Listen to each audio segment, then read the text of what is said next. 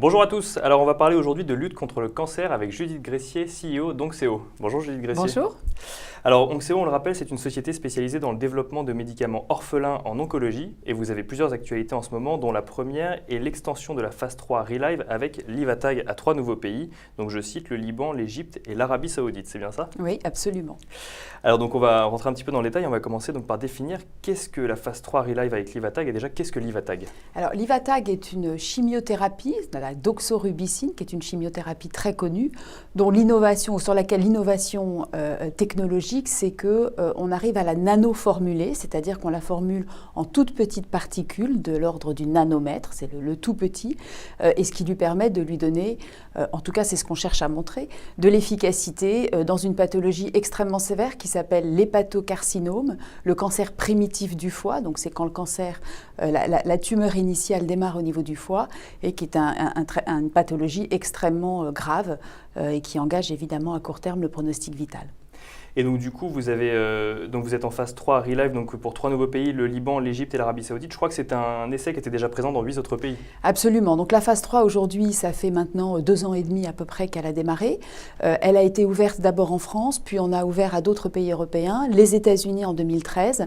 On ouvre la région, on va l'appeler MENA maintenant. Donc ça correspond finalement à une extension de cet essai de phase 3, ce qui nous permet d'accélérer le recrutement des patients dans cet essai de phase 3 et donc de pouvoir réaliser finalement ou avoir les résultats de Livatag dans cette pathologie probablement début 2017.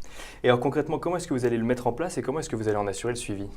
Alors, c'est comme la manière dont on réalise des essais de phase 3, qui sont donc des grosses études, ouverts effectivement dans 8, bientôt 3 pays de plus, internationaux. On fait donc appel à ce qu'on appelle des CRO, c'est-à-dire des organismes spécialisés, des sociétés spécialisées dans la réalisation de ces essais cliniques, qui vont aller mettre en place les essais, discuter avec les autorités, avec les centres investigateurs, pour réaliser toute la partie administrative et opérationnelle.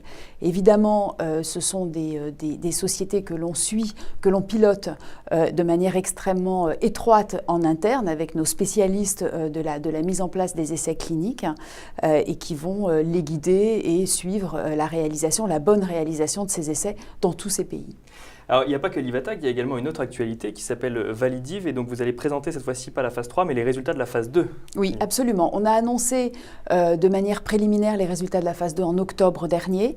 On avait proposé à l'ASCO, qui est la grande messe, le grand rassemblement de toute l'oncologie mondiale aux États-Unis une fois par an, de pouvoir présenter ces résultats donc, à la communauté oncologie internationale.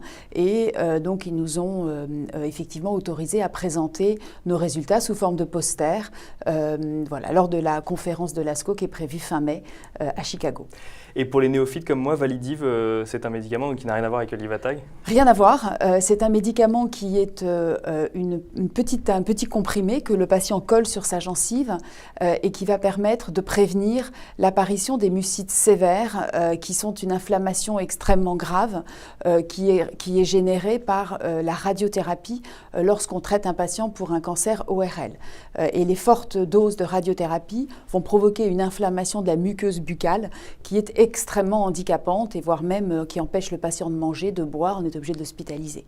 Il n'y a pas de traitement aujourd'hui dans cette indication et Validiv va montrer dans une phase 2 sa capacité à avoir ou ses propriétés anti-inflammatoires pour prévenir l'apparition de cette mucite sévère, ce qui est évidemment extrêmement important pour ces patients.